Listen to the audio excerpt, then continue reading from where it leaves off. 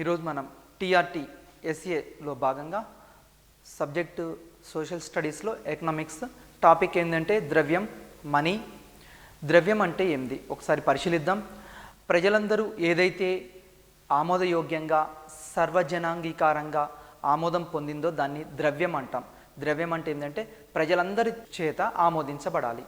మరి ఈ ద్రవ్యానికి సంబంధించి ఒకసారి మనం పరిశీలిస్తే పూర్వకాలంలో ఏ విధంగా ఉంది. ఇప్పుడు మనకు కాగితం ద్రవ్యము, తర్వాత ఏటీఎం కార్డ్స్ ఇవన్నీ యూజ్ చేస్తున్నాం, చెక్కులు, డ్రాఫ్ట్ ఇట్లా యూజ్ చేస్తున్నాం. మరి పూర్వకాలంలో ఏ విధంగా ఉంది? అప్పుడు పూర్వకాలాన్ని పరిశీలిస్తే ప్రాచీన కాలంలో ఏ విధంగా ఉంది అంటే అప్పుడు ఆర్థిక వ్యవస్థ, మానవుడి యొక్క ఆర్థిక వ్యవస్థ అనేది చాలా పరిమితంగా ఉంది. అప్పుడు వేట ప్రధాన వృత్తిగా ఉండేది.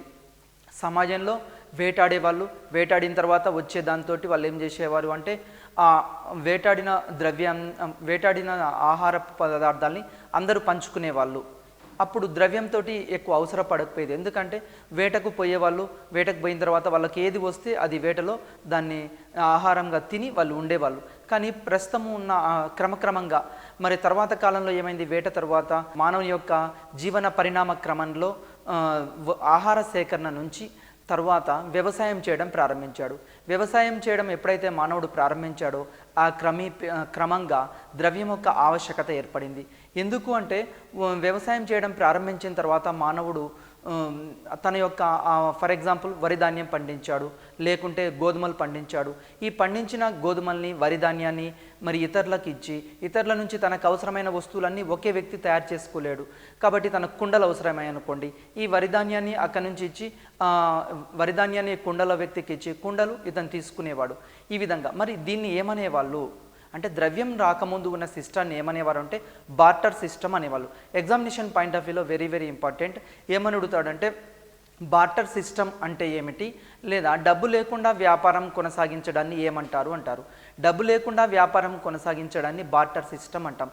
దీన్నే వస్తు మార్పిడి పద్ధతి అంటాం. ఫర్ ఎగ్జాంపుల్ ఒక వ్యక్తికి ఒకవేళ ఆవులు అవసరమయ్యాను అనుకోండి, గేదెలు అవసరమైతే అతడు ఏం చేస్తాడు అంటే తన దగ్గర ఉన్న వరి ధాన్యాన్ని అతనికి ఇచ్చి ఆ గేదెల్ని తీసుకునేవాడు. లేకుంటే పాలు అవసరమైనాయి అనుకోండి, పాలు అవసరమైనప్పుడు తన దగ్గర పత్తి పండిస్తే ఆ పత్తిని వాళ్ళకి ఇచ్చి వాళ్ళ దగ్గర అంటే మానవుని యొక్క అవసరాలకు తగ్గట్టుగా వరి ధాన్యాన్ని ఇచ్చి ఇక్కడ పాలను తీసుకోవడము, వరి ధాన్యాన్ని ఇచ్చి వడ్రంగి దగ్గర నాగలి ఇట్లాంటివన్నీ చెక్క వస్తువులన్నీ తీసుకోవడము, ఈ విధంగా సామాగ్రి తీసుకోవడం, దీన్ని వస్తు మార్పిడి పద్ధతి అంటాం. అంటే ఒక వస్తువుకు బదులుగా మరొక వస్తువుని ఇక్కడ ఎక్స్చేంజ్ చేసుకోవడాన్ని బార్టర్ సిస్టమ్ అంటాం. మరి ఇప్పుడు ఆ బార్టర్ సిస్టమ్ ఎక్కడైనా ఉందా ఒకసారి పరిశీలిస్తే నేటికి కూడా మన తెలంగాణ రాష్ట్రంలోని ఆదిలాబాద్ జిల్లాలో కొన్ని గ్రామాల్లో ఏం చేస్తున్నారంటే నేటికి కూడా బియ్యం ఇచ్చి వాళ్ళు ఏం చేస్తారు అంటే వాళ్ళకు వెదురు సామాగ్రి అవసరమనుకోండి, బుట్టలు, తట్టలు, బొమ్మలు ఇట్లాంటివి అవసరమైతే ఏం చేస్తారు అంటే వాళ్ళకు ఈ వెదురు సామాగ్రి ఇచ్చేవాళ్ళు వాళ్ళకు కావలసిన ఆ బియ్యం ఇస్తారు, ఆ వెదురు సామాగ్రి ఇక్కడ తెచ్చుకుంటారు. దీన్ని బార్టర్ సిస్టమ్ అంటాం. ప్రస్తుతం కూడా ఇది అమల్లో ఉన్నది. బార్టర్ సిస్టమ్ అంటే ఏంది? వస్తు మార్పిడి పద్ధతి. అంటే ఒక వ్యక్తికి అవసరమైన వస్తువులు, ఫర్ ఎగ్జాంపుల్ వరి ధాన్యం పండించాడు, వరి ధాన్యం వేరే వాళ్ళకి ఇచ్చి ఇతనికి అవసరమైన వస్తువులు తీసుకోవడాన్ని బార్టర్ సిస్టమ్ అంటాం. నేటికి కూడా మన తెలంగాణ రాష్ట్రంలోని ఆదిలాబాద్ జిల్లాలో ఈ సిస్టమ్ అమల్లో ఉంది. అదేవిధంగా నెక్స్ట్ ఇంకా పరిశీలిస్తే కుమ్మరి వాళ్ళు ఉన్నారు. కుమ్మరి వాళ్ళు ఏం చేస్తారంటే రైతులకి నాగళ్ళు, కర్రలు, బండి చక్రాలు, కొడవళ్ళు ఇట్లాంటివన్నీ తయారు చేసి ఇస్తారు. అంటే మామూలు కుమ్మరి వాళ్ళైనా తర్వాత వడ్రంగి పనిచేసే వాళ్ళైనా రైతులు ఏం చేస్తారంటే కుమ్మరి వాళ్ళ నుంచి కుండలు తీసుకోవడము, తర్వాత నాగళ్ళు, కర్రలు నేటికి కూడా మన గ్రామీణ ప్రాంతాల్లో చూస్తున్నాం. ఈ విధంగా అంటే ఒక దాని తర్వాత ఒకటి ఇక్కడ తీసుకోవడం జరుగుతుంది. ఈ విధంగా తీసుకోవడాన్ని జరుగుతుంది. దీన్ని కూడా బార్టర్ సిస్టమ్ అని చెప్తున్నాం. మరి బార్టర్ సిస్టానికి సంబంధించి మరి ఈ విధంగా తీసుకున్నప్పుడు వస్తు మార్పిడి పద్ధతిలో మనం ఏం చేస్తున్నామంటే కుమ్మరి వాళ్ళు గ్రామీణ ప్రాంతాల్లో నేటికి కూడా వారికి కావాల్సిన వస్తువులు రైతులు వాళ్ళకి ఇచ్చేసి వరి ధాన్యం వాళ్ళకి ఇచ్చి ఫర్ ఎగ్జాంపుల్ కుండలు తెచ్చుకోవడము, అదేవిధంగా నాగళ్ళు అవసరమైతే నాగలు తెచ్చుకోవడము, ఈ విధంగా చేస్తున్నారు. దీన్ని బార్టర్ సిస్టమ్ అని అంటాం. దీన్ని ఎగ్జామినేషన్ పాయింట్ ఆఫ్ వ్యూలో ఎట్లా క్వశ్చన్ అడుగుతాడంటే బార్టర్ సిస్టమ్ అంటే ఏమిటి అంటాడు. బార్టర్ సిస్టమ్ అంటే ఏంటంటే ద్రవ్యం స్థానంలో ద్రవ్యం లేకుండా ఒక వస్తువుకు బదులుగా మరొక వస్తువుని ఇక్కడ తీసుకోవడాన్ని బార్టర్ సిస్టమ్ అంటాం. మరి వస్తు మార్పిడి పద్ధతి ఈ విధంగా ఉంది. మరి దీంట్లో సమస్యలు ఏమైనా ఉన్నాయా? ఎగ్జామినేషన్ పాయింట్ ఆఫ్ వ్యూలో ఏమడుగుతాడు అంటే వస్తు మార్పిడి పద్ధతిలోని లేదా బార్టర్ సిస్టంలోని లోపాలు ఏమిటి, సమస్యలు ఏమిటి అంటాడు. సమస్యలు ఏంది అన్నప్పుడు ఒకసారి పరిశీలించినప్పుడు ఒక వస్తువు యొక్క విలువను మరొక వస్తువు యొక్క విలువతో నిర్ణయించడం కష్టం. ఎట్లా అంటే ఎగ్జాంపుల్ చూద్దాం. ఒక వస్తువు యొక్క విలువ, ఫర్ ఎగ్జాంపుల్ వరి ధాన్యం ఉంది నా దగ్గర వరి ధాన్యం ఉంది, మీ దగ్గర ఆవులు ఉన్నాయి. మరి ఒక ఆవు నాకు కావాలి అన్నప్పుడు మరి వరి ధాన్యం ఎంత ఇవ్వాలి మీకు? ఫర్ ఎగ్జాంపుల్ 1 కిలో ఇవ్వాలా, 2 కిలోలు ఇవ్వాలా, లేకుంటే 10 కేజీలు ఇవ్వాలా, 100 కేజీలు ఇవ్వాలా? అంటే అర్థమైంది ఇక్కడ ఒక ఆవు ఈజ్ ఈక్వల్ టు ఎంత వరిధాన్యం ఇవ్వాలి. ఈ విధంగా వస్తువు విలువ నిర్ణయించడంలో వస్తు మార్పిడి పద్ధతిలో ఇది ఒక ప్రధానమైన లోపం అని చెప్పవచ్చు, సమస్య అని చెప్పవచ్చు. అదేవిధంగా వస్తువులు ఇంకా ఏం చేస్తుంటారు అంటే ఫర్ ఎగ్జాంపుల్ ఒక వ్యక్తికి ఉప్పు ప్యాకెట్ అవసరము, సాల్ట్ ప్యాకెట్, కానీ ఎదుటి వ్యక్తి దగ్గర ఆవు ఉన్నప్పుడు మరి పెద్ద ఆవుని ఒక సాల్ట్ ప్యాకెట్ కోసం ఇవ్వలేడు కదా. ఎంత మరి దాని విలువ ఎంత, వాల్యూ ఎంత అని ఇక్కడ నిర్ణయించడం కూడా ఇక్కడ కష్టమవుతుంది. అదేవిధంగా వర్తకంలో విశ్వసనీయత లోపిస్తుంది. విశ్వసనీయత ఎందుకు లోపిస్తుంది అంటే ఫర్ ఎగ్జాంపుల్ ఇద్దరి మధ్యలో నాకు ఇప్పుడు ఏం అవసరం ఉన్నాయంటే కుండలు అవసరం ఉన్నాయి, కానీ అతడికి వరిధాన్యం, నా దగ్గర వరిధాన్యం ఉంది, నాకు కుండలు అవసరం ఉన్నాయి, నేను వరిధాన్యం ఇచ్చి ఆ కుండలు తీసుకుంటానంటే అతడు ఒప్పుకోవట్లేడు. ఎందుకంటే అతనికి అవసరం లేదు. అంటే కోరికల మధ్య సమన్వయం కూడా లోపించుతుంది ఇక్కడ. అంటే ఎట్ ఏ టైం అతనికి వరిధాన్యం అవసరం ఉండకపోవచ్చు ఆ కుండలు తయారు చేసే వ్యక్తికి. నాకేం అవసరం ఉన్నాయి? కుండలు అవసరం ఉన్నాయి, కానీ ఆ వ్యక్తికి వరిధాన్యం అవసరం లేదు, అతనికి పత్తి అవసరం ఉంది, మరి నా దగ్గర పత్తి లేదు. ఈ విధంగా వరిధాన్యానికి బదులు కుండలు మార్చుకోవడం, ఇట్లా అంటే కోరికల సమన్వయం అనేది లోపిస్తుంది. అదేవిధంగా వర్తకంలో విశ్వసనీయత కూడా లోపిస్తుంది. అంటే నమ్మకం ఉండట్లేదు వస్తు మార్పిడి పద్ధతిలో. ఫర్ ఎగ్జాంపుల్ ఇప్పుడు నేను అతనికి ఆవులు ఇచ్చాను, ఒక 5 months తర్వాత నాకు కావాలి అంటే మళ్ళీ అవి అతని దగ్గర ఉంటాయో ఉండవో. ఇది కూడా వస్తు మార్పిడి పద్ధతిలో ఇది ఒక లోపం, ప్రధానమైన లోపం. అదేవిధంగా భవిష్యత్ వినియోగానికి డబ్బును దాచుకున్నట్లయితే డబ్బును దాచుకోవచ్చు, కానీ వస్తువుల్ని దాచుకోలేం. ఫర్ ఎగ్జాంపుల్ ఇప్పుడు నేను టమాటాలు పండించినప్పుడు ఈ టమాటాలని ఒక 5 రోజులు 6 రోజుల తర్వాత అమ్ముకోవాలనుకున్నాం అనుకోండి, ఈ టమాటాలు ఏమైపోతాయి? ఖరాబ్ అయిపోతాయి. అదే డబ్బు అయితే మనకు అవసరం లేకుండా మనం బ్యాంకులో వేసుకోవడం, ఇంట్లో పెట్టెలో పెట్టుకోవడం, ఈ విధంగా చేస్తూ ఉంటాం. అంటే భవిష్యత్తు వినియోగానికి వస్తు మార్పిడి పద్ధతిలో ఇది ఒక ప్రధానమైన లోపం. ఏంటి అంటే భవిష్యత్తు వినియోగంలో చేయాలి అంటే ఇది ఇబ్బందికరంగా ఉంటుంది, వస్తువుల్ని దాచుకోలేము. రవాణా చేయడం కష్టంతో కూడుకున్న వ్యవహారం. ఎట్లా అంటే వస్తు మార్పిడి పద్ధతిలో మన దగ్గర ఇక్కడ ఒక వరి ధాన్యాన్ని పండించినప్పుడు వేరే ఊరికి తీసుకువెళ్ళాలనుకోండి, తరలించాలనుకోండి, కష్టంతో కూడుకున్న పని ఇది. అదేవిధంగా ఒకవేళ ఆవులు, గేదెలు, మేకలు ఉన్నాయి, ఇవి కూడా తరలించడం కష్టం. వస్తు మార్పిడి పద్ధతిలో ప్రధానమైన లోపం ఏంది అంటే ఇక్కడ రవాణా చేయడం ఒకటి కష్టము, కోరికల మధ్య సమన్వయం ఉండట్లేదు, అదేవిధంగా విశ్వసనీయత ఉండట్లేదు. ఇంకో ప్రధానమైన లోపం ఏంది అంటే విలువ నిర్ణయించడంలో కూడా ఇక్కడ కష్టంగా ఉంది. అందుకోసమే వస్తు మార్పిడి పద్ధతిలో ఈ ప్రధానమైన లోపాలు ఉన్నాయి. వీటితో పాటు మూల్య నిధిగా ఉండట్లేదు. మనం ఏ వస్తువులు అయితే దాచిపెట్టుకుంటున్నామో భవిష్యత్తులో దాన్ని వినియోగించుకోవాలి, దాచుకోవాలి అంటే వస్తు మార్పిడి పద్ధతిలో అవి ఉండట్లేదు. ఫర్ ఎగ్జాంపుల్ ఇప్పుడు పాలు నాకు డబ్బులు అవసరం లేవు, కానీ ఈ పాలను దాచిపెడదామంటే ఉంటాయా? ఉండవు. ఈ పాలు అనేవి ఇక్కడ ఉండట్లేదు. ఈ విధంగా ప్రధానమైన లోపాలు వస్తు మార్పిడి పద్ధతిలో ఉన్నాయి. మరి దీని తర్వాత డబ్బుతో మార్పిడి. మరి కొన్ని రోజుల తర్వాత ప్రజలకు ఒక ఆలోచన వచ్చింది, ఈ వస్తు మార్పిడి పద్ధతిలో ఉన్న ఈ లోపాలని సవరించడం కోసం దాని స్థానంలో ఏమొచ్చింది అంటే డబ్బు అనేది ఒక ఆలోచన అనేది పూర్వకాలంలో వచ్చింది. డబ్బుని వినియోగిస్తే సరుకుల్ని మార్పిడి చేసుకోవడం సమస్యలు ఉండవు. ఫర్ ఎగ్జాంపుల్ డబ్బు ఉందనుకోండి, డబ్బుగా ఆ కాలంలో ఏం ఉపయోగించేవాళ్ళు అంటే ఆ కాలంలో వాళ్ళు లోహాలనైనా ఉపయోగించేవాళ్ళు, లేకుంటే వివిధ వస్తువులు, ఏనుగు దంతాలని, అదేవిధంగా కొంతమంది చర్మాను, జంతువుల చర్మము, జింకల చర్మము ఇలాంటివి కూడా ఉపయోగించారు. అదేవిధంగా గవ్వలు, పూసలు ఆ కాలంలో ద్రవ్యం స్థానంలో వీటిని ఉపయోగించుకునేవాళ్ళు. అంటే డబ్బు వినియోగిస్తే సరుకులు మార్పిడి సమస్యలు ఉండవు. అంటే డబ్బును వినియోగిస్తే మనకు ఎక్స్చేంజ్లో సమస్యలు ఉండవు. అదేవిధంగా డబ్బును మార్పిడి వినియోగిస్తే మళ్ళీ డబ్బును ఉపయోగించుకోవచ్చు. ఫర్ ఎగ్జాంపుల్ మన దగ్గర డబ్బు ఉందండి, అదే వస్తు మార్పిడి పద్ధతిలో ఏం ప్రధానమైన లోపం అంటే కోరికల మధ్య సమన్వయం లేదని చెప్పాం. నాకు ఇప్పుడు పాలు అవసరం ఉన్నాయి, ఎదుటి వ్యక్తి దగ్గర కుండలు ఉన్నాయి, మరి నాకు కుండలు కావాలని ఉంది, అతనికి పాలు కొనాలనే ఆలోచన లేదు. మరి ఇద్దరి మధ్య కోరికల సమన్వయం లేదు కాబట్టి మరి అట్లా కాకుండా ఒకవేళ నా దగ్గర ఉన్న పాలని డబ్బు రూపంలోకి మార్చాను అనుకోండి, డబ్బు రూపంలోకి మారిస్తే ఏదంటే అది తీసుకోవచ్చు. ఈ విధంగా డబ్బును వినియోగిస్తే మళ్ళీ మళ్ళీ మనకు అవసరమైనప్పుడల్లా వినియోగించుకోవడానికి అవసరం ఉంది. మరి ఈ ద్రవ్యం యొక్క పరిణామ క్రమం ఏ విధంగా జరిగింది ఒకసారి ఆలోచిద్దాం. ప్రపంచవ్యాప్తంగా ప్రజలు కూడా వస్తు మార్పిడి పద్ధతిని పూర్వకాలంలో అవలంబించారు. రోజు రోజుకి మానవుని యొక్క ఆర్థిక కార్యకలాపాలు అనేవి పెరిగాయి. ఎలా? ఫస్ట్ ఆహార సేకరణ చేసేవాళ్ళు. ఆహార సేకరణ దశ నుంచి తరువాత స్వయంగా ఆహారాన్ని అంటే వ్యవసాయం చేయడం ప్రారంభించిన మానవుడి యొక్క ఆర్థిక కార్యకలాపాలు రోజు రోజుకి పెరుగుతున్నాయి. ఈ విధంగా వ్యాపార కార్యకలాపాలు పెరిగేటప్పుడు వస్తువుల యొక్క సరుకులు అమ్మడము, కొనడము ఈ విధంగా చేసేవాళ్ళు. ఈ విధంగా కొనుగోలు చేసేటప్పుడు ప్రపంచవ్యాప్తంగా కూడా పూర్వకాలంలో రాగి నాణ్యాలు, లోహాలు, బంగారము ఇలాంటివి ఉపయోగించుకోవడం జరిగింది. కాలక్రమంలో అరుదైన ఆకర్షణీయమైన లోహాలని కూడా వీళ్ళు ద్రవ్యంగా డబ్బుగా ఉపయోగించుకున్నారు ప్రజలు. అంటే ఫర్ ఎగ్జాంపుల్ బంగారం ఉంది. ఈ బంగారాన్ని పూర్వకాలంలో ద్రవ్యంగా ఉపయోగించారు. అదేవిధంగా ప్రపంచవ్యాప్తంగా కూడా ఇది అంగీకరించబడింది. అదేవిధంగా వెండి, కొన్ని రకాల ఆభరణాలు, గవ్వలు, పూసలు ఈ విధంగా రకరకాల దేశాల్లో రకరకాలైన లోహాలని ఉపయోగించడము. కొంతమంది ఆఫ్రికా ఇట్లాంటి కంట్రీస్లో ఏనుగు దంతాలని ఉపయోగించుకోవడం ఇట్లాంటివి కూడా జరిగింది. ఇది కాలక్రమంలో వస్తు మార్పిడి పద్ధతిలోని లోపాలని సవరించడం కోసం వినిమయ మాధ్యమంగా ద్రవ్యానికి బదులుగా ఉపయోగించడం జరిగింది. దీని తర్వాత లోహపు డబ్బు అనేది వచ్చింది. అంటే వినిమయ మాధ్యమంగా వస్తువుల యొక్క వినిమయ మాధ్యమంగా దేన్ని ఉపయోగించారు అంటే ఇక్కడ లోహాలని ఉపయోగించడం జరిగింది. మరి లోహాలు ఉపయోగిస్తే ప్రయోజనం ఏముంది? ఈ లోహాలు అయితే పాడుగా చాలా కాలం నిల్వ ఉంటాయి. అదే ఆ వస్తు మార్పిడి పద్ధతిలో ప్రధానమైన లోపం ఏం చెప్పాము?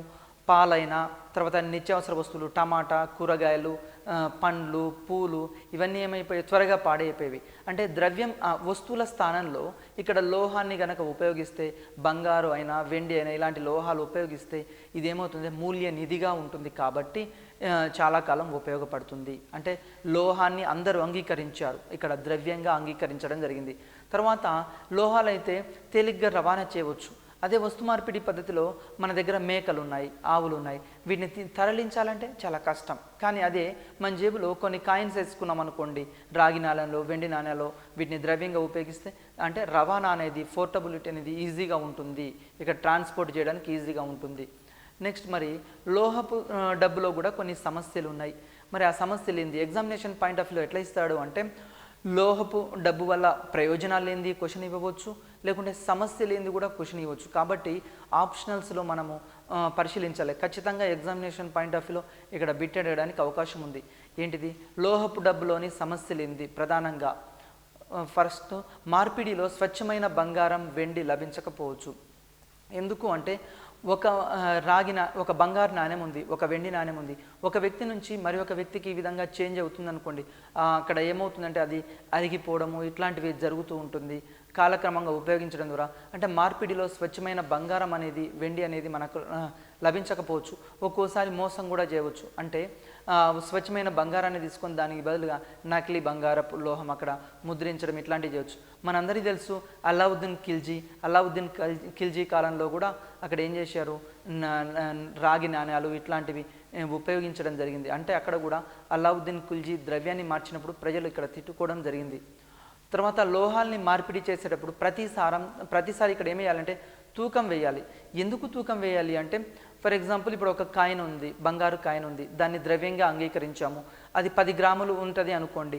మరి మనం వేరే వాళ్ళ దగ్గర నుంచి తీసుకునేటప్పుడు ఖచ్చితంగా తూకం వేయాలి. ప్రతిసారి ఈ విధంగా తూకం వేయాలి అంటే దీంట్లో సమస్య, అది కూడా లోహపు డబ్బులో ఉన్న సమస్య.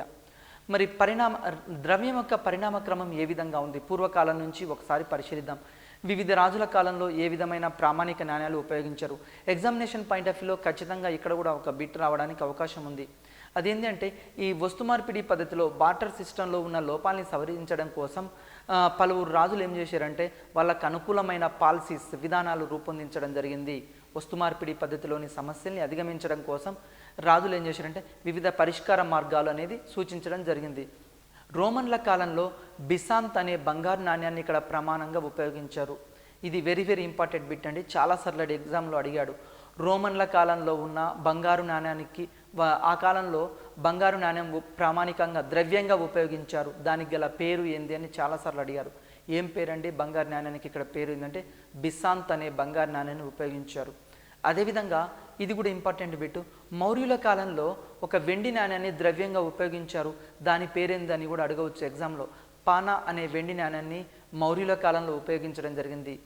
బిసాంతోమో రోమన్ల కాలంలో ఉపయోగించారు, పానానోమో ఇక్కడ మౌర్యుల కాలంలో ఉపయోగించడం జరిగింది. ఇవి ప్రీవియస్ బిట్స్ చాలాసార్లు అడగడం జరిగింది.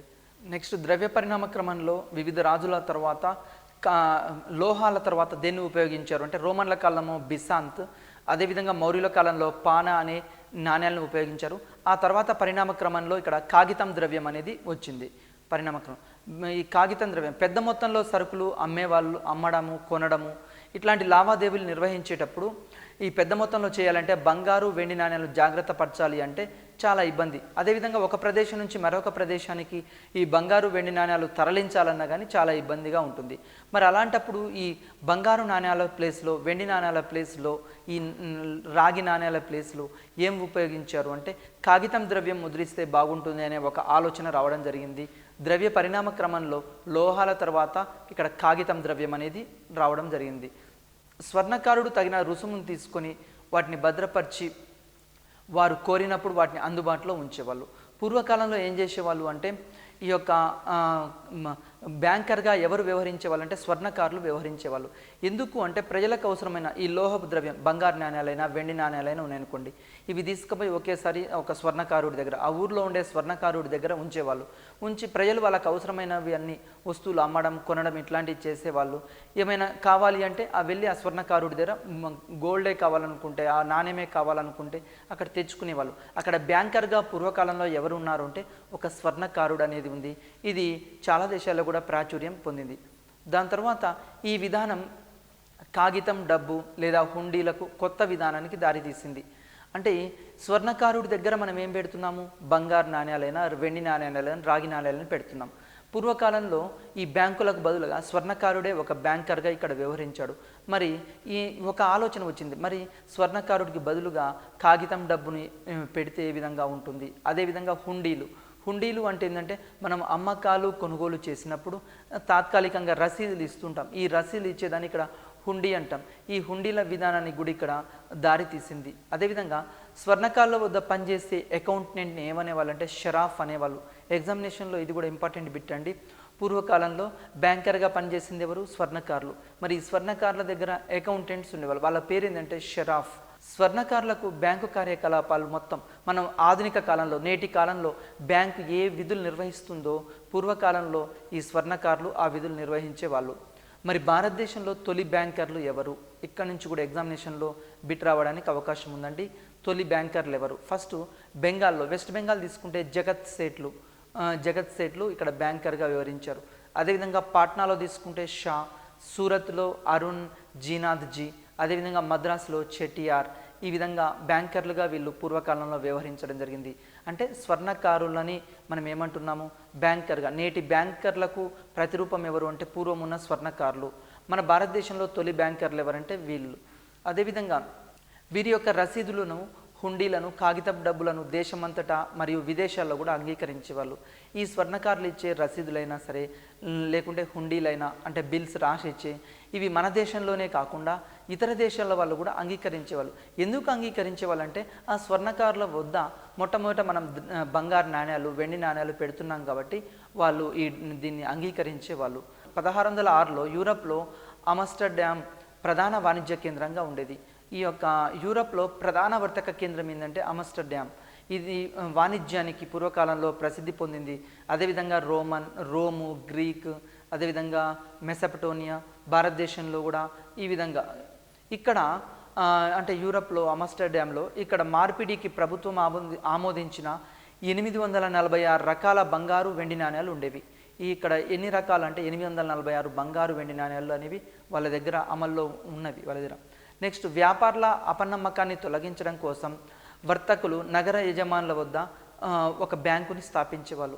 అంటే ఫర్ ఎగ్జాంపుల్ ఒక విలేజ్ ఉంది, ఆ విలేజ్లో ఒక స్వర్ణకారుడు ఉన్నాడు. ఆ స్వర్ణకారుని దగ్గర మరి వ్యాపారస్తుల మధ్య నమ్మకం కలిగించడం కోసం ఆ స్వర్ణకారుల వద్ద ఈ వ్యాపారులు ఏం చేసేవాళ్ళంటే కొంత ఇక్కడ బంగారు నాణ్యాలని వెండి నాణ్యాలను ఉంచేవాళ్ళు. ఈ విధంగా ఉంచి నేటి బ్యాంకింగ్ వ్యవస్థకు ఇది బీజంగా చెప్పవచ్చు. ఈ తర్వాత ఇంకా ద్రవ్య పరిణామ క్రమంలో ఏమైంది అంటే ప్రస్తుతం మనం కాగితం ద్రవ్యాన్ని ఉపయోగిస్తున్నాం. ఈ కాగితం ద్రవ్యం ఎందుకంటే కాగితం ద్రవ్యం కూడా నేటి కాలంలో ఏమవుతుంది, చినిగిపోవడానికి అవకాశం ఉంది. తర్వాత గీతలు గీస్తుంటారు, మనం చూస్తుంటారు నోట్ల మీద గీతలు గీస్తే వాళ్ళు తీసుకోవట్లేరు చాలామంది 2000 రూపీస్ నోట్ మీద. అయితే కాగితం ద్రవ్యం అనేది చినిగిపోవడానికి అవకాశం ఉంది. మరి దీని స్థానంలో ఆధునిక కాలంలో ఏం ఉపయోగిస్తున్నామంటే ప్లాస్టిక్ లేదా పాలిమర్ నోట్లను ఇక్కడ బ్యాంక్ నోట్లుగా ఉపయోగిస్తున్నాం. ఫర్ ఎగ్జాంపుల్ మనం ఉపయోగించే నేటి ఏటీఎం కార్డ్స్ అయినా కావచ్చు, డెబిట్ కార్డ్స్ అయినా కావచ్చు, వీటిని మనం ఏం చేస్తున్నాం, బ్యాంక్ మనీ లాగానే యూజ్ చేసుకుంటున్నాం, క్రెడిట్ కార్డ్స్ వీటన్నిటిని.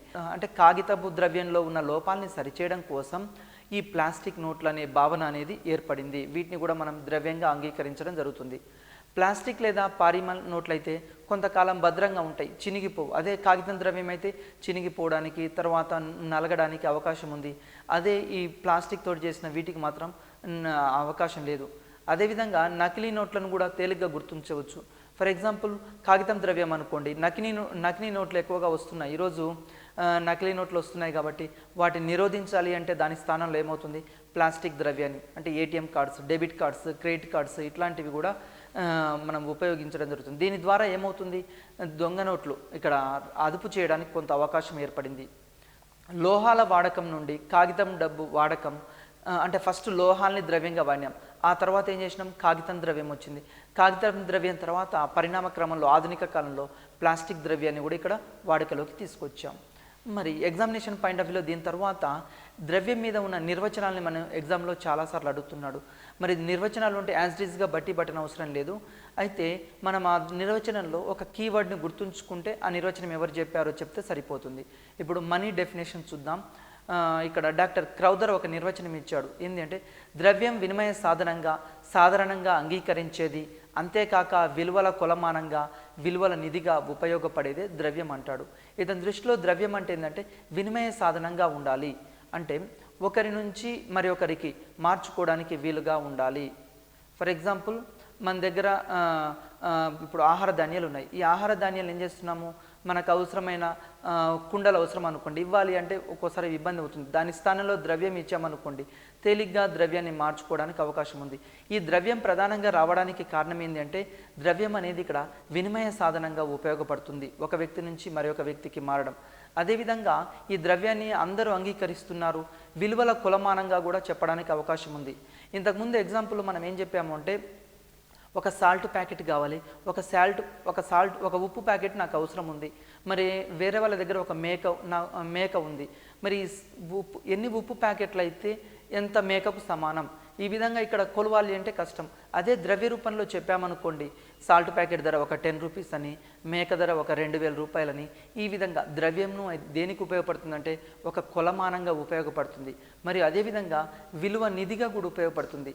ఇంతకుముందు వస్తు మార్పిడి పద్ధతిలో ఒక లోపం ఏం చెప్పాము అంటే, ఫర్ ఎగ్జాంపుల్ టమాటాలు పండించాం, టమాటాలు పండిస్తే 2-3 రోజుల తర్వాత అమ్ముడు పోకుంటే అవి ఖరాబ్ అయిపోతాయి. మరి అట్లా కాకుండా అదే ద్రవ్యాన్ని మన దగ్గర దాచిపెట్టుకున్నాం అనుకోండి, మనకు అవసరం ఉన్నప్పుడు ఒక నెల తర్వాతనో 2 నెలల తర్వాతనో ఉపయోగించుకోవడానికి వీలుగా ఉంటుంది. ద్రవ్యం అనేది ఇక్కడ విలువ నిధిగా కూడా ఉంటుంది. ఈ విధంగా అంటే క్రౌదర్ దేని ఆధారంగా చేసుకొని తన నిర్వచనాన్ని ఇచ్చాడు అంటే ద్రవ్యం విధులను ఆధారంగా చేసుకొని తన నిర్వచనం ఇవ్వడం జరిగింది. అంటే ఇక్కడ వినిమయ మాధ్యమంగా ఉపయోగపడాలి, తర్వాత అందరూ అంగీకరించే విధంగా ఉండాలి, మరియు విలువల కొలమానంగా ఉండాలి, విలువల నిధిగా ఉండాలి. ఈ విధంగా క్రౌదర్ ద్రవ్యం విధుల ఆధారంగా తన నిర్వచనాన్ని ఇవ్వడం జరిగింది. రెండో డెఫినేషన్ రాబర్ట్ నిర్వచనం. ద్రవ్యం వస్తు క్రయ విక్రయాల్లో ఇక్కడ ఇతర వ్యవహారాల పరిష్కారంలో అధికంగా జనామోదం పొందింది. ద్రవ్యం ఏమైందంటే ఈ నేటి కాలంలో మనకు ఎక్కువ మొత్తంలో ఈరోజు వస్తువుల అమ్మకాలు ఉన్నాయి. అంటే పూర్వకాలంలో అయితే ఆర్థిక వ్యవస్థ లిమిటెడ్గా ఉంది, అప్పుడు వ్యవసాయం చేసే వాళ్ళం కొన్ని రకాల వస్తువులే ఉండేవి. కానీ నేటి కాలంలో ఏమవుతున్నాయి, వేల రకాల వస్తువులు వచ్చాయి. ఈ వేల రకాల వస్తువుల్ని వస్తు మార్పిడి పద్ధతిలో మార్చుకోవాలి అంటే ఫర్ ఎగ్జాంపుల్ ఒక cell phone is equal to ఎన్ని సాల్ట్ ప్యాకెట్లు, ఒక కంప్యూటర్ ఈజ్ ఈక్వల్ టు ఎన్ని సాల్ట్ ప్యాకెట్లు, ఒక టేబుల్ ఈజ్ ఈక్వల్ టు ఎన్ని సాల్ట్ ప్యాకెట్లు, ఈ విధంగా గుర్తుంచుకోవాలంటే చాలా కష్టం.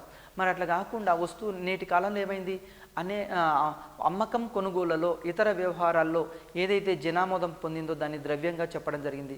తర్వాత సెలిగ్మన్ ఏం చేశాడంటే దేన్నైతే సర్వజనామోదం కలిగి ఉందో అదే ద్రవ్యం, అంటే అందరూ ఏదైతే అంగీకరిస్తున్నారో దాన్నే ద్రవ్యంగా ఉపయోగించవచ్చు. ఫర్ ఎగ్జాంపుల్ అందరూ గవ్వలు ద్రవ్యంగా ఆమోదించారు, గవ్వలనే ద్రవ్యంగా తీసుకోవచ్చు. అందరూ కాగితం ద్రవ్యం ఆమోదించారు, కాగితం ద్రవ్యమే తీసుకోవచ్చు. అందరూ ఏనుగు దంతాలు ఉపయోగించడానికి ఏనుగు దంతాలే ఇక్కడ ద్రవ్యంగా తీసుకోవచ్చు. సెలిగ్మన్ నిర్వచనం ఏంటి అంటే సర్వజనామోదం ఏదైతే పొందిందో అదే ద్రవ్యంగా చెప్పడం జరిగింది. తర్వాత జేఎం కీన్స్ నిర్వచనం, దేన్ని చెల్లించడం వల్ల రుణ ఒప్పందాలు ధర ఒప్పందాలు పరిష్కారం అవుతున్నాయో దాన్నే సాధారణ కొనుగోలు శక్తిగా నిల్వ చేయడం అవుతుందో అదే ద్రవ్యం అంటాడు. అయితే ఇక్కడ జేఎం కీన్స్ ఆధునిక ఆర్థికవేత్త, ఇతడు ఏం డెఫినేషన్ ఇచ్చాడంటే రుణాలు తీసుకోవడం. ఫర్ ఎగ్జాంపుల్ నేటి కాలంలో ప్రతి ఒక్కళ్ళు అప్పులు చేస్తుంటారు, ఎందుకంటే వివిధ రకాల ఆస్తులు కొనుగోలు చేయడం కోసము, లేకుంటే ఇన్వెస్ట్మెంట్ చేయడం కోసము వ్యక్తులు, సంస్థలు, తర్వాత దేశాలు కూడా రుణాలు తెచ్చుకుంటుంటాయి. ఈ విధంగా రుణ ఒప్పందాల విషయంలో అయినా, ధర ఒప్పందాల విషయంలో అయినా, అదేవిధంగా కొనుగోలు శక్తి నిల్వ చేయడం, ఇక్కడ సాధారణంగా ఏదైతే కొనుగోలు శక్తి నిల్వగా చేయడం అవుతుందో దాన్నే ద్రవ్యం అంటాడు జేఎం కీన్స్. నెక్స్ట్ ద్రవ్యం యొక్క లక్షణాలు, ఇది వెరీ వెరీ ఇంపార్టెంట్. ఎగ్జామినేషన్లో ఏమి ఇస్తాడంటే ఒక 3 ఆప్షన్స్ ఏమో ద్రవ్యం లక్షణాలు ఇస్తాడు, 4వ ఆప్షన్ ద్రవ్యం లక్షణం కానిది ఇస్తాడు. కాబట్టి మనకు ఫస్ట్ ఏం తెలవాలి, అసలు ద్రవ్యం లక్షణం అంటే ఏందో తెలవాలి. ఒకటి ద్రవ్యం లక్షణం ఏంటంటే సర్వజనాంగీకారం, అంటే ప్రజలందరూ ప్రపంచవ్యాప్తంగా ప్రజలందరూ ఏదైతే ద్రవ్యంగా అంగీకరిస్తారో అదే ద్రవ్యం, అందరు ఏది అంగీకరిస్తే అదే ద్రవ్యం. రెండోది విభాజ్యత అంటే విభజించడానికి వీలుగా ఉండాలి. ఒక ఎగ్జాంపుల్ చూద్దాము. ఇప్పుడు మనకు ఒక కేజీ బియ్యం అవసరం ఉన్నాయి, మరి ఎదుటి వ్యక్తి దగ్గర ఒక మేక ఉంది. మరి మనకు మేక అవసరం ఉన్నప్పుడు ఈ కేజీ బియ్యాన్ని ఇస్తే మేక ఇస్తాడా? ఇయ్యడు. మరి అక్కడ ఆ మేకను ఏం చేయాలి? విభజించాలి అంటే అక్కడ సరిపోతుందా? అది దాని యొక్క విలువ కోల్పోతుంది, మేక విలువ కోల్పోతుంది. అంటే ద్రవ్యం ఎట్లా ఉండాలి అంటే విభాజ్యతగా ఉండాలి, విభజించడానికి అనుకూలంగా ఉండాలి. మూడోది ద్రవ్యం యొక్క లక్షణం ఏంటంటే సజాతీయత ఉండాలి. సజాతీయత అంటే ద్రవ్యం అనేది ఒకే రకంగా ఉండాలి, అంటే మనము ఏదైతే ద్రవ్యంగా అంగీకరించామో అది యూనిఫామ్గా ఉండాలి, అందరూ ఒకే విధంగా ఉండాలి. ఫర్ ఎగ్జాంపుల్ ఇప్పుడు బంగారు నాణ్యాలను ఇక్కడ ద్రవ్యంగా అంగీకరించామనుకోండి, మరి 1 గ్రాము పెట్టామా, 2 గ్రాములు పెట్టామా, 10 గ్రాములు పెట్టామా, ఒకవేళ 10 గ్రాముల బంగారు నాణ్యం ఉపయోగిస్తున్నాం అనుకోండి ద్రవ్యంగా, అది అంత ఎవరు ఉపయోగించినా కానీ ఇక్కడ అందరు 10 గ్రామ్స్ కాయిన్స్ మాత్రమే ఉపయోగించాలి. ఈ విధంగా సజాతీయత ఉండాలి. నెక్స్ట్ అదేవిధంగా వ్యాకోచత్వం ఆధారంగా ఉండాలి ద్రవ్యం అనేది, అంటే మానవుని యొక్క ద్రవ్య సప్లై పెంచడానికి అనుకూలంగా ఉండాలి, అవసరమైతే తగ్గించడానికి కూడా అనుకూలంగా ఉండాలి, వ్యాకోచత్వం ఆధారంగా ఉండాలి. అదేవిధంగా మూల్య స్థిరత్వం ఆధారంగా ఉండాలి. నెక్స్ట్ గుర్తింపు ఉండాలి, ప్రజలందరూ ఏదైతే అంగీకరిస్తారో దాన్ని గుర్తించే విధంగా, అందరూ ఈజీగా గుర్తుపట్టే విధంగా ఉండాలి. ద్రవ్యం అంటే ఏంటంటే ఎవరైనా నిరక్షరాస్యులైనా అక్షరాస్యులైనా, ఫర్ ఎగ్జాంపుల్ 500 రూపీస్ నోట్ అనుకోండి, అందరూ గుర్తించే విధంగా ఉండాలి. లాస్ట్ది మన్నిక. ద్రవ్యం యొక్క ప్రధానమైన లక్షణం ఏంటంటే మన్నిక ఉండాలి, కొంతకాలం స్టోర్ చేయడానికి, నిల్వ చేయడానికి అవకాశం ఉండాలి. ఒకవేళ పాలను ద్రవ్యంగా అంగీకరించామనుకోండి, పాలు నిల్వ ఉంటాయా? ఉండవు. మరి అది అట్లా కాకుండా అందరూ ఏదైతే మన్నిక చేయడానికి వీలుగా ఉంటుందో అది ద్రవ్యంగా ఇక్కడ ఉపయోగించడం జరుగుతుంది. నెక్స్ట్ ద్రవ్యం విధులు. ఎగ్జామినేషన్ పాయింట్ ఆఫ్ వ్యూలో ద్రవ్యం విధుల మీద కూడా చాలాసార్లు క్వశ్చన్ అడిగాడండి. ద్రవ్యం విధుల్ని ఇప్పుడు ఇక్కడ 3 రకాలుగా వర్గీకరిస్తారు. ఒకటి ప్రాథమిక విధులు, రెండోది అనుషంగిక విధులు, మూడోది ఆగంతుక విధులు.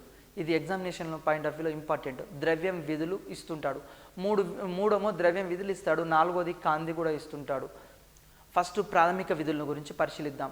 ద్రవ్యం యొక్క ప్రాథమిక విధులు ఏంటంటే నిజానికి సాంకేతికపరమైనవి, తర్వాత అతి ప్రధానమైనవి.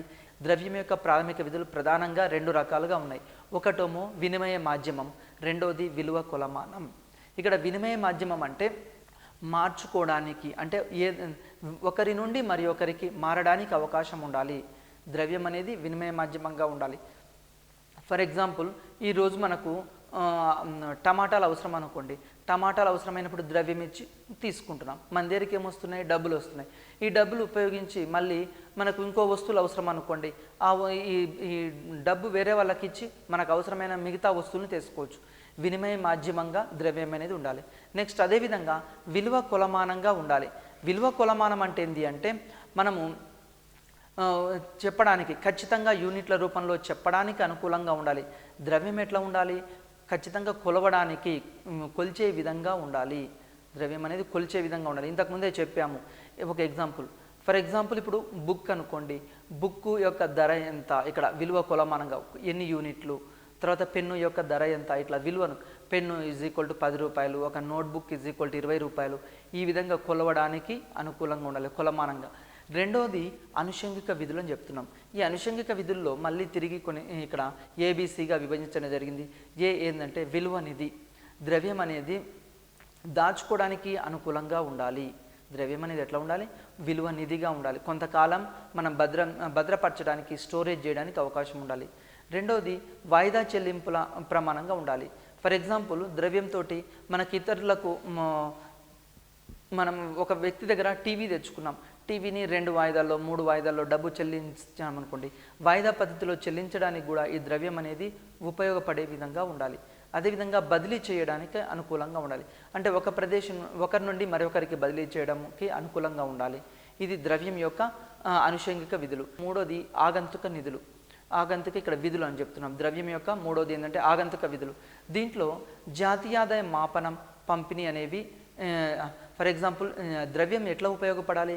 దేశం యొక్క జాతీయ ఆదాయాన్ని, జీడిపిని, జిఎన్పిని, ఎన్ఎన్పిని, తర్వాత పర్సనల్ ఇన్కమ్ని, డిస్పోజబుల్ పర్సనల్ ఇన్కమ్ని లెక్కించడానికి అనుకూలంగా ఉండాలి. ఒక దేశం యొక్క తలసరి ఆదాయం ఎంత? ఫర్ ఎగ్జాంపుల్ భారతదేశం యొక్క తలసరి ఆదాయం ఎక్కువ ఉందా, అమెరికా తలసరి ఆదాయం ఎక్కువ ఉందా, ఈ విధంగా జాతీయ ఆదాయం రూపంలో పోల్చడానికి ద్రవ్యం అనేది ఉపయోగపడాలి. అదేవిధంగా ఉత్పత్తి కారకాల మధ్య భూమి, శ్రమ, మూలధనం, వ్యవస్థాపన, ఈ ఉత్పత్తి కారకాల మధ్య పంపిణీ చేయడానికి అనుకూలంగా ఉండాలి. ఉపాంత ప్రయోజనాలు, ఉపాంత ఉత్పాదకత సామాన్యీకరణ. ఇక్కడ ద్రవ్యం ఎట్లా ఉండాలి అంటే ఉపాంత ప్రయోజనాలకు అనుకూలంగా ఉండాలి. అదేవిధంగా పరపతికి ప్రాతిపదికగా ఉండాలి. ద్రవ్యం ఎట్లా ఉండాలి అంటే పరపతికి ప్రాతిపదికగా ఉండాలి. అంటే సృష్టించే విధంగా ద్రవ్యము ఒక వ్యక్తి నుంచి మరి ఒక వ్యక్తికి రవాణా చేయడానికి సులభంగా ఉండాలి. అదేవిధంగా దాన్ని ద్రవ్యంగా అంగీకరించే విధంగా ఉండాలి. నెక్స్ట్ ద్రవ్యత్వం. మనం అనుకున్నప్పుడు మళ్ళీ అది మనకు కొనుగోలు శక్తి ద్రవ్యంగా మారడానికి అవకాశం ఉండాలి.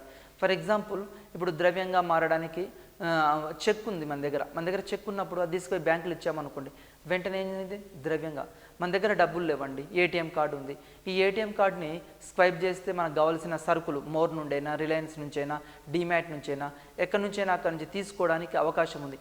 అంటే ద్రవ్యత్వంగా మనకు కావలసినప్పుడు ద్రవ్య రూపంలోకి మారడానికి అనుకూలంగా ఉండాలి ద్రవ్యం.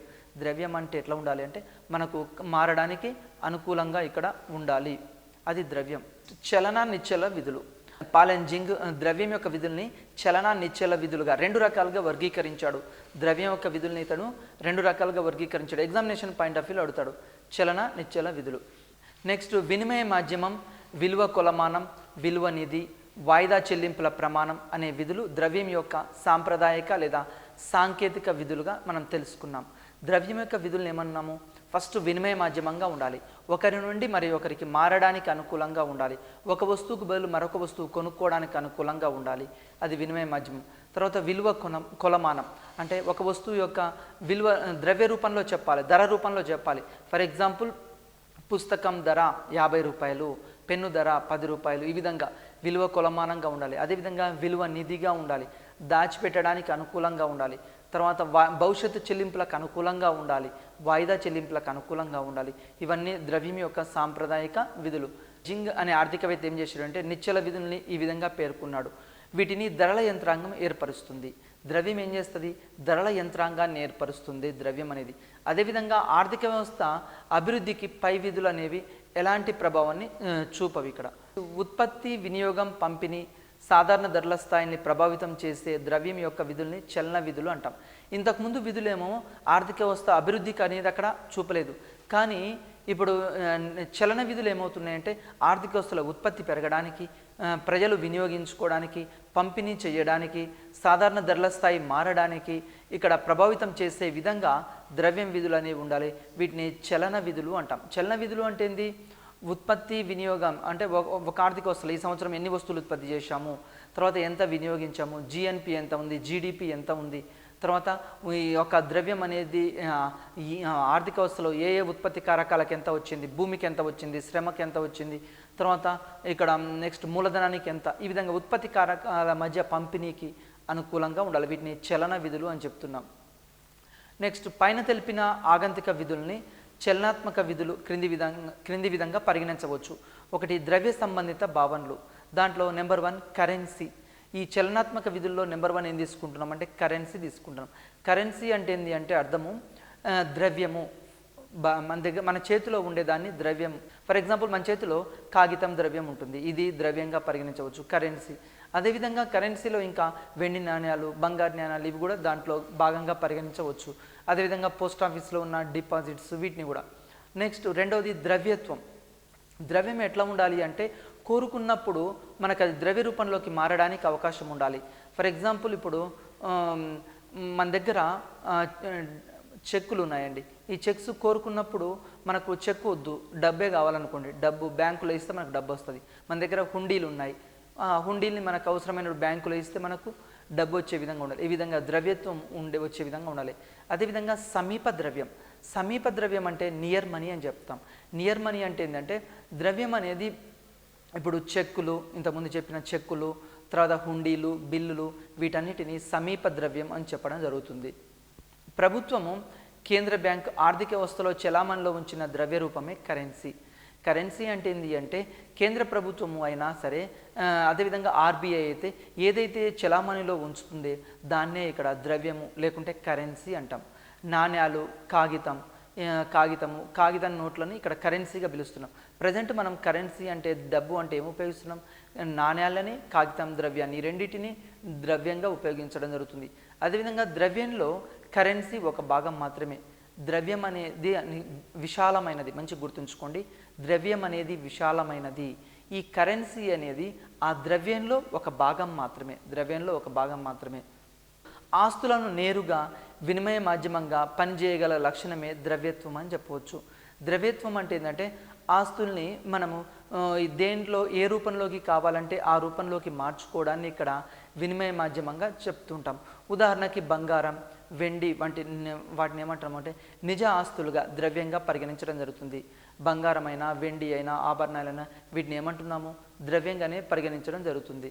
ద్రవ్యంగా పరిగణించకుండా అధిక ద్రవ్యత్వం ఉన్న ఆస్తుల్ని స్వల్పకాలంలో ద్రవ్యంగా మార్చుకోవడానికి వీలైన ఆస్తులనేమో సమీప ద్రవ్యం అంటాం.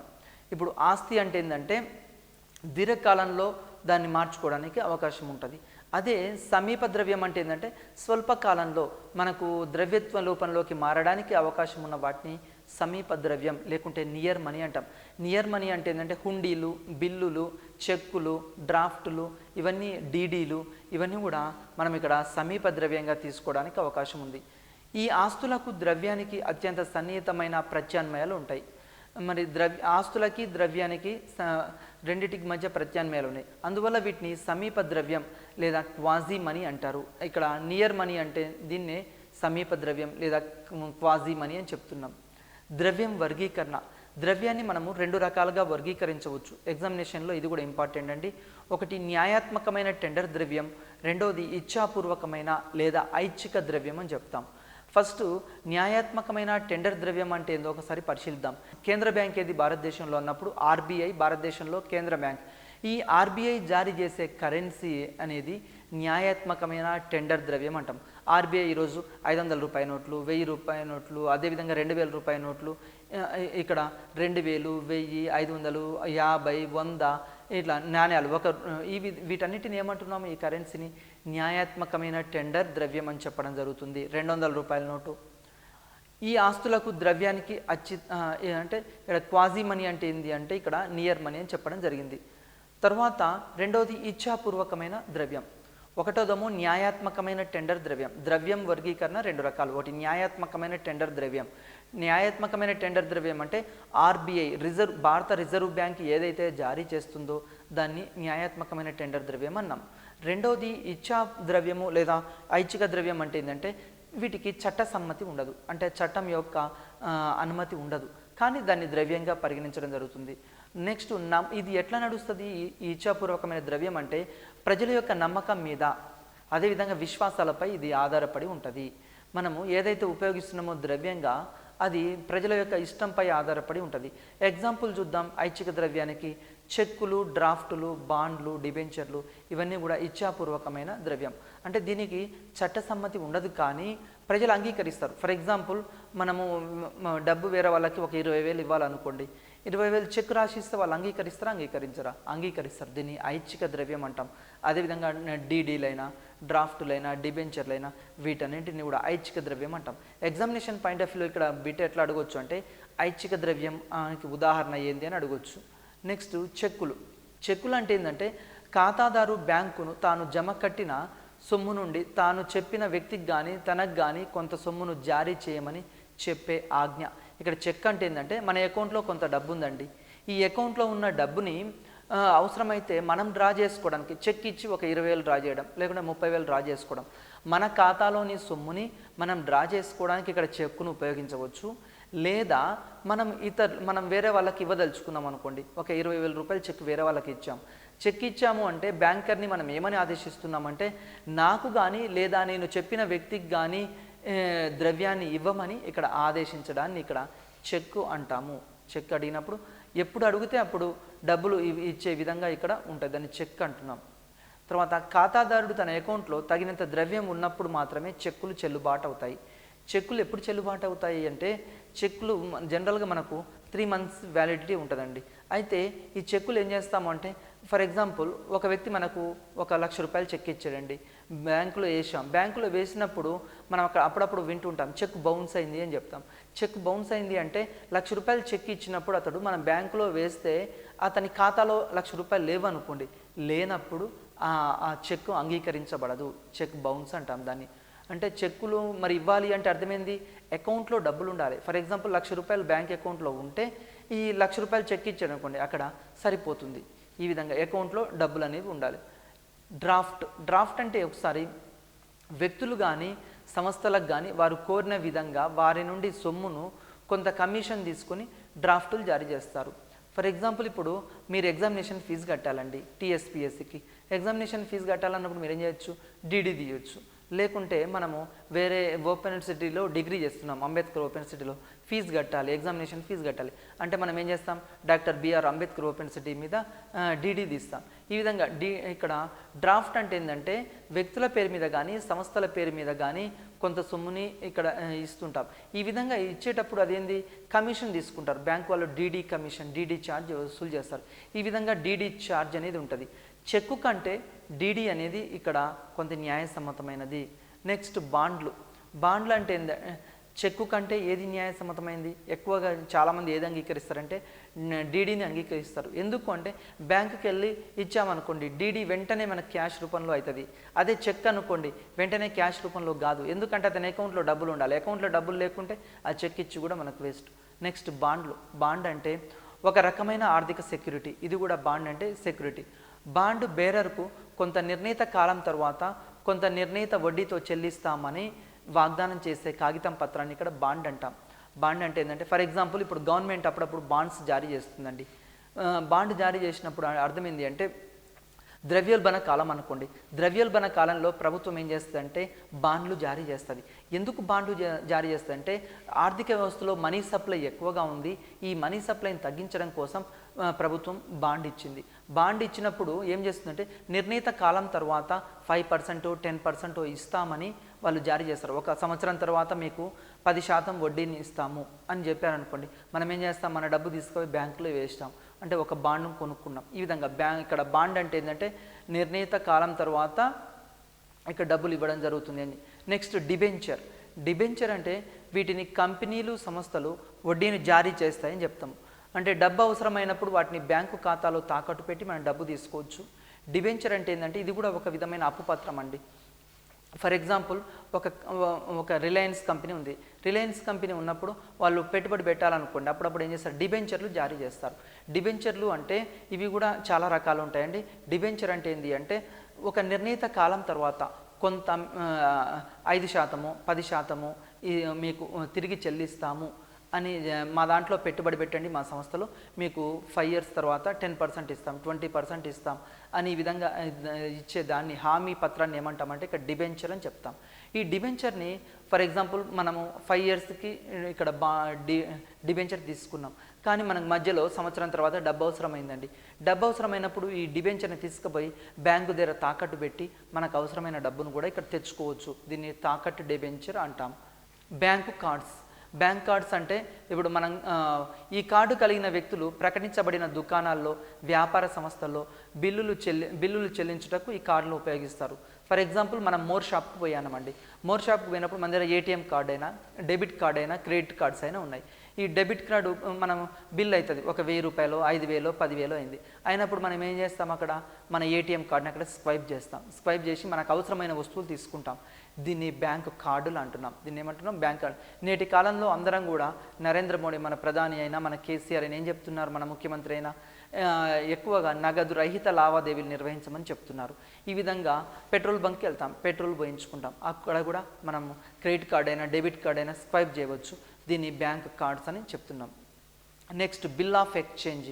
బిల్ ఆఫ్ ఎక్స్చేంజ్ ఏంటంటే కొనుగోలుదారుడు ఆ బిల్లుని అంగీకరించినట్లుగా దానిపై సంతకం చేసి తిరిగి అమ్మకందారుడికి పంపిన వస్తువులు తీసుకున్నటకు బిల్ ఆఫ్ ఎక్స్చేంజ్ అంటాం.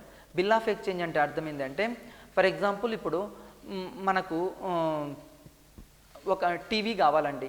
శాంసంగ్ కంపెనీకి మనం ఏం చేసాం, ఒక టీవీ ఆర్డర్ పెట్టాం. అప్పుడు వాళ్ళు శాంసంగ్ కంపెనీ వాళ్ళు ఏం చేశారు అంటే టీవీని మనకు పంపించారు. ఆ టీవీతో పాటు ఒక బిల్లును కూడా పంపిస్తారు. ఆ బిల్లును తీసుకున్న తర్వాత మనం ఆ బిల్లు పైన ఏం చేస్తాం, సిగ్నేచర్ చేస్తాం. సిగ్నేచర్ చేసి మళ్ళీ ఎక్కడికి పంపిస్తున్నాం, ఆ శాంసంగ్ కంపెనీకి పంపిస్తున్నాం. పంపించినప్పుడు ఈ శాంసంగ్ కంపెనీ వాళ్ళు మనం ఏదైతే కొనుగోలు చేశామో అంటే మనకు వస్తువు ఇచ్చారు, మన దగ్గర నుంచి వాళ్ళు రసీదు తీసుకున్నారు. ఈ రసీదు తీసుకున్న దాన్ని ఇక్కడ బిల్ అంటాం. మనం ఒకే మొత్తంలో చెల్లించకుండా ఈ బిల్లును ఏం చేయొచ్చు, వాళ్ళకు అవసరమైతే వాళ్ళు ఆ బిల్లును తీసుకుపోయి బ్యాంకులో తాకట్టు పెట్టుకుని వాళ్ళకు అవసరమైనప్పుడు డబ్బులు తీసుకోవచ్చు. దీన్ని బిల్ ఆఫ్ ఎక్స్చేంజ్ అంటాం. అంటే బిల్లుల్ని కూడా ఇక్కడ బ్యాంకులో చేయొచ్చు. ద్రవ్యం యొక్క రకాలు. ఇది ఎగ్జామినేషన్ పాయింట్ ఆఫ్ వ్యూలో చాలాసార్లు అడిగాయండి. ఒకటి వస్తురూప ద్రవ్యం లేదా ప్రాతినిధ్య ద్రవ్యం. ఇది కూడా చూద్దాం. వస్తురూప ద్రవ్యం చూద్దాం. వస్తురూప ద్రవ్యం అంటే ఏంటంటే ఆర్థిక వ్యవస్థలో ద్రవ్యం ప్రవేశపెట్టిన తొలి రోజుల్లో వస్తువులని ద్రవ్యంగా పరిగణించారు. ఫర్ ఎగ్జాంపుల్ ఆ కాలంలో ఏనుగు దంతాలని ద్రవ్యంగా అంగీకరించారు. తర్వాత చర్మాన్ని ద్రవ్యంగా అంగీకరించారు. గవ్వల్ని, పూసల్ని, వీటన్నిటి కూడా ఆ కాలంలో ద్రవ్యంగా అంగీకరించారు. దీన్ని వస్తురూప ద్రవ్యం అంటాం. ఇది నాగరికత ప్రారంభంలో అయింది. నాగరికత ప్రారంభంలో జంతువుల చర్మాలు, జంతువులని, తర్వాత ప్రస్తుతమైతే బంగారం, వెండి ఇట్లాంటి వాటిని, లోహాలని కూడా ఇక్కడ వస్తురూప ద్రవ్యం అంటున్నాం. వస్తురూప ద్రవ్యం బహిర్గత విలువ, అంతర్గత విలువ ఒక్కటే. వస్తురూప ద్రవ్యంలో ఎట్లా ఉంటుందంటే ఫర్ ఎగ్జాంపుల్ ఒక బంగారు నాణ్యం ఉంది. ఆ బంగారు నాణ్యం యొక్క ముఖ విలువ, ఫేస్ వాల్యూ, తర్వాత దాని ముఖ విలువ, దాని అంతర్గత విలువ రెండు ఒకే విధంగా ఉంటాయి. ఇట్లాంటి ద్రవ్యాన్ని ఏమంటామంటే ఫుల్ బాడీడ్ ద్రవ్యం అని అంటాము. అంటే ఏ వస్తువుకైతే ముఖ విలువ తర్వాత అంతర్గత విలువ ఒకే విధంగా ఉంటుందో దాన్ని ఫుల్ బాడీడ్ ద్రవ్యం అని చెప్తాం. నెక్స్ట్ అదేవిధంగా ప్రాతినిధ్య ద్రవ్యం అని చెప్పాం. ప్రాతినిధ్య ద్రవ్యము అంటే ఏంటి అంటే వస్తురూప ద్రవ్యం కాకుండా, ఇప్పుడు వస్తువులు కాకుండా మనం ఏం చేస్తున్నాం, కాగితాన్ని ఉపయోగిస్తున్నాం. రిజర్వ్ బ్యాంకు జారీ చేసే కరెన్సీ ఉంది. ఫర్ ఎగ్జాంపుల్ 200 రూపాయల నోటు, 500 రూపాయల నోటు, తర్వాత 2000 రూపాయల నోటు, వీటిని ఏమంటున్నాము, ప్రాతినిధ్య ద్రవ్యం అంటున్నాం. దీన్ని ప్రాతినిధ్య ద్రవ్యం అంటాం. చట్టబద్ధ ద్రవ్యం మరియు ఐచ్ఛిక ద్రవ్యం. ద్రవ్యానికి చట్టబద్ధత ఉన్నందువలన ప్రతి ఒక్కరూ ఆ వస్తువుల కొనుగోలుకి, అమ్మకానికి దీన్ని వినిమయ మాధ్యమంగా తప్పనిసరిగా అంగీకరిస్తారు. చట్టబద్ధ ద్రవ్యం అంటే ఏంటంటే వస్తువుల యొక్క అమ్మకాల కొనుగోలలో మనం దేన్నైతే వినిమయ మాధ్యమంగా ఉపయోగిస్తున్నామో, అది ద్రవ్యం ఉంటుంది. దాన్ని ఏమంటాం, ద్రవ్యం అంటాం. ఈరోజు వస్తువుల యొక్క వినిమయ మాధ్యమంలో మనం ద్రవ్యాన్ని ఉపయోగిస్తున్నాం, అది చట్టబద్ధత ఉంటుంది. రిజర్వ్ బ్యాంక్ జారీ చేసిన ద్రవ్యం, ఆర్బీఐ జారీ చేసిన ద్రవ్యం. అదేవిధంగా ఐచ్ఛిక ద్రవ్యం అంటే ఏంటి అంటే చట్టం ప్రకారం ఈ విధంగా అంగీకరించిన ద్రవ్యాన్ని ప్రతి ఒక్కరు ఇక్కడ అంగీకరించాలని లేదు. ఐచ్ఛిక ద్రవ్యం అనుకోండి, ఫర్ ఎగ్జాంపుల్ అందరూ అంగీకరించాలని లేదు.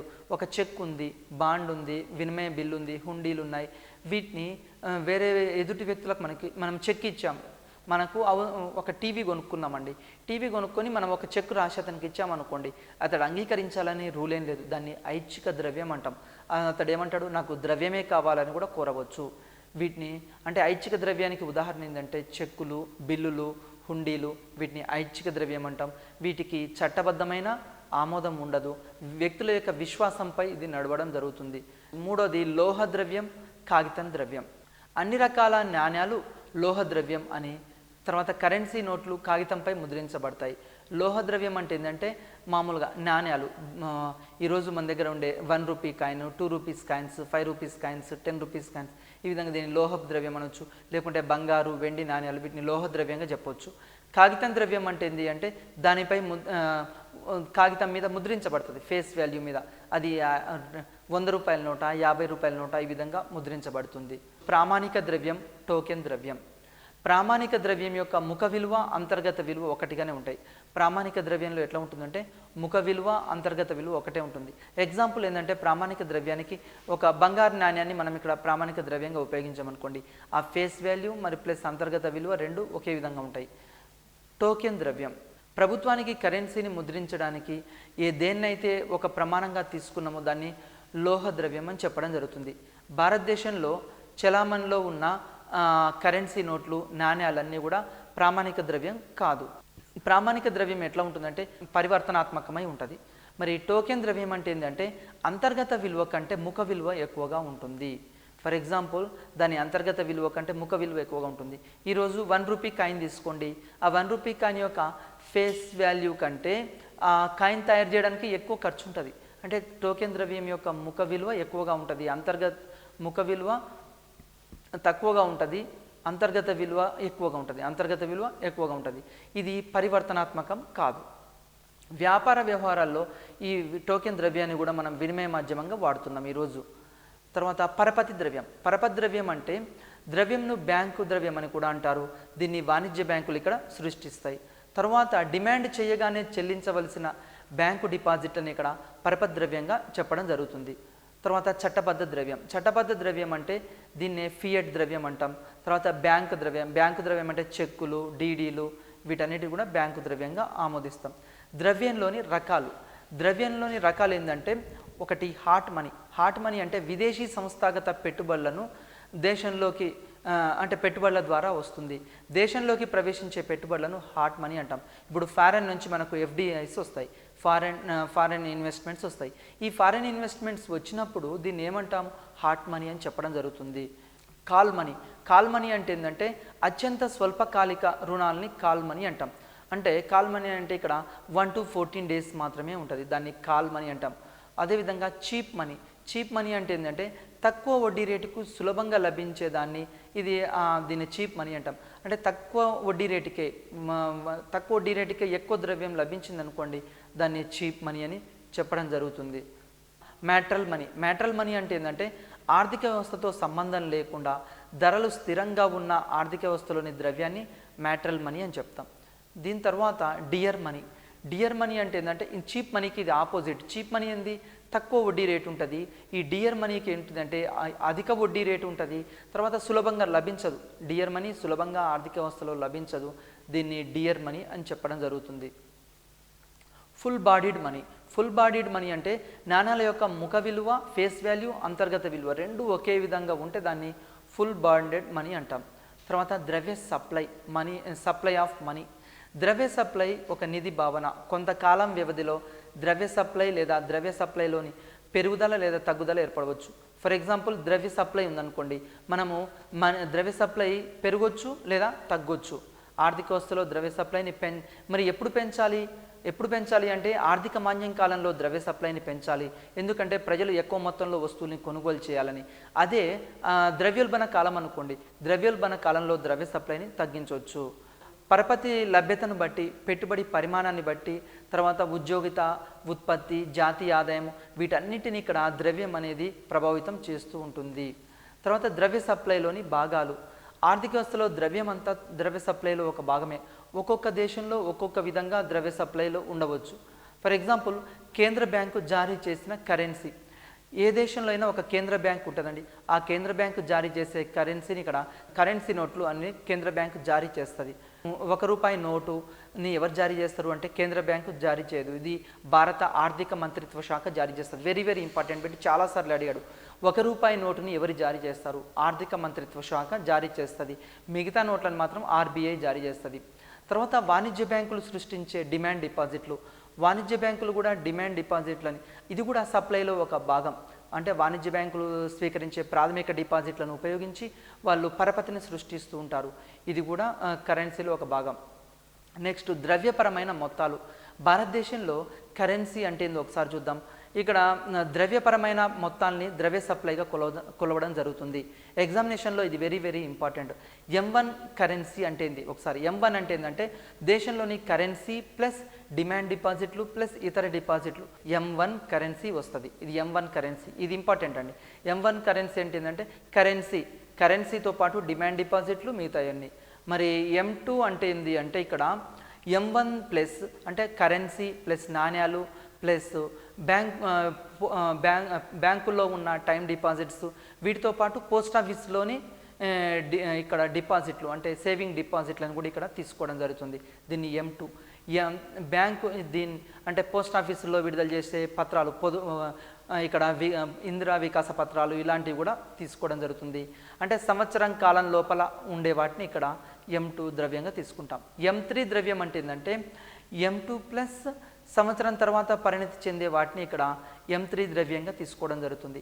M3 ద్రవ్యంలో ఇక్కడ M2 ప్లస్ ఇంకా మనకు బ్యాంకులు, వాణిజ్య బ్యాంకులు ఉండే ఫిక్స్డ్ డిపాజిట్లు ఉంటాయిగా, ఫిక్స్డ్ డిపాజిట్లను కూడా ఇక్కడ తీసుకోవడం జరుగుతుంది. దీని తర్వాత M4 ద్రవ్యం. M4 ద్రవ్యం అంటే ఏంటి అంటే ఈ M3 ద్రవ్యం ప్లస్ అన్ని పోస్ట్ ఆఫీసులో ఉన్న అన్ని రకాల డిపాజిట్లు, దాన్ని M4 ద్రవ్యం అంటాం. ఇక్కడ ఎగ్జామినేషన్ పాయింట్ ఆఫ్ వ్యూలో ఇంపార్టెంట్ బిట్ ఏంటి అంటే M1 ద్రవ్యాన్ని సంకుచిత మనీ లేదా న్యారో మనీ అంటారు. M1 ద్రవ్యాన్ని ఏమంటాము? సంకుచిత ద్రవ్యం లేదా న్యారో మనీ అంటాం. మరి M3 ద్రవ్యాన్ని ఏమంటామంటే బ్రాడ్ మనీ అంటాం, విశాల ద్రవ్యం అంటాం. ఇది వెరీ వెరీ ఇంపార్టెంట్ అండి. చాలాసార్లు ఎగ్జామినేషన్ పాయింట్ ఆఫ్ వ్యూలో అడిగాడు. ఏమని అడుగుతా అంటే న్యారో మనీ అంటే ఏమిటి? M1 ద్రవ్యం. బ్రాడ్ మనీ అంటే ఏమిటి? M3 ద్రవ్యం. ఇవి చాలాసార్లు ఎగ్జామినేషన్లో అడిగాడు. మరి దీన్ని ఉపయోగించి మనకు ఇంకా కొన్ని ప్రీవియస్ బిట్స్ ఎట్లా వచ్చాయి వీటి మీద ఒకసారి పరిశీలిద్దాం. రోమన్ల కాలంలో ప్రజలు ఉపయోగించిన ద్రవ్య రూపం ఏది? రోమన్ల కాలంలో option A dollar, option B పానా, option C bezant, option D రూపాయి. మరి రోమన్ల కాలంలో ఇక్కడ దేన్ని ఉపయోగించారండి? బిసాంత్ అని ఉపయోగించడం జరిగింది. బంగారు నాణ్యాన్ని ఇక్కడ బిసాంత్ని ఉపయోగించడం. ఇది ఎగ్జామినేషన్లో చాలాసార్లు అడగడం జరిగింది. ఇంకా ఈ చాప్టర్లో ఎలాంటి బిట్స్ అడగడానికి అవకాశం ఉంది అంటే రెండో బిట్ చూద్దాం. మార్పిడి మాధ్యమంగా విలువ కొలమానంగా అందరి చేత అంగీకరించబడి ఉపయోగించబడేది దాన్ని ఏమంటాం? ఏ బ్యాంకింగ్ అంటాం, బి ద్రవ్యం అంటాం, సి చెక్కులు అంటాం, డి డ్రాఫ్టులు అంటాం. మరి మార్పిడి ద్రవ్యంగా విలువ కొలమానంగా దాన్ని ఏమంటాము అంటే ద్రవ్యము అంటాం. ఆన్సర్ ఏంటంటే ఇక్కడ ఆప్షన్ బి ద్రవ్యం. అంటే మార్పిడి ద్రవ్యంగా విలువ కొలమానంగా అందరి చేత ఏదైతే అంగీకరించబడుతుందో దాన్నే ఇక్కడ ద్రవ్యం అంటాం. ఇక్కడ ఆన్సర్ ఏంది అంటే బ్యాంకు కాదు, ద్రవ్యం. Option B right. క్రింది వాణిలో ఏ ద్రవ్యానికి చట్టసమ్మతి ఉండదు? ఏ ద్రవ్యానికి చట్టసమ్మతి? ఆప్షన్ ఏ ఐచ్ఛిక ద్రవ్యం, ఆప్షన్ బి న్యాయాత్మకమైన టెండర్ ద్రవ్యం, ఆప్షన్ సి పై రెండు, ఆప్షన్ డి ఏది కాదు. మరి ఇక్కడ చట్టసమ్మతి దేనికి ఉండదు అంటే ఐచ్ఛిక ద్రవ్యానికి ఇక్కడ చట్టసమ్మతి ఉండదు. అదేవిధంగా ఆర్బీఐ జారీ చేసే వాటికి మాత్రం ఇక్కడ చట్టసమ్మతి అనేది ఉంటుంది. రాష్ట్ర సహకార పరపతి బ్యాంకుల్ని ఏమంటారు? ఆప్షన్ ఏ కేంద్ర బ్యాంకులు, ఆప్షన్ బి వాణిజ్య బ్యాంకులు, ఆప్షన్ సి అపెక్స్ బ్యాంకులు, ఆప్షన్ డి గ్రామీణ బ్యాంకులు. ఇక్కడ రాష్ట్రంలో సహకార పరపతి బ్యాంక్ని ఇక్కడ అపెక్స్ బ్యాంక్ అని అనడం జరుగుతుంది. నెక్స్ట్ పూర్వకాలంలో మార్కెట్ వ్యవస్థ లేనప్పుడు ఆర్థిక వ్యవస్థలో ఉండేవి ఏమి ఉన్నాయి? ఇక్కడ A hundi, B bill of exchange, C debenture, D బాండ్లు. మరి పూర్వకాలంలో మార్కెట్ వ్యవస్థ లేనప్పుడు దేన్ని ఉపయోగించే వాళ్ళంటే హుండీని అనేదాన్ని ఇక్కడ ఉపయోగించడం జరిగింది. అంటే ఆ కాలంలో వస్తువుల్ని ఒక వస్తువుకి బదులు బాటర్ సిస్టమ్ తర్వాత ఏం చేశారంటే ఇక్కడ హుండీని కూడా ఇక్కడ తీసుకోవడం జరిగింది. ఈ విధంగా మనకి ఎగ్జామినేషన్లో ప్రీవియస్ బిట్స్ అనేది రావడం జరిగింది. నమస్తే.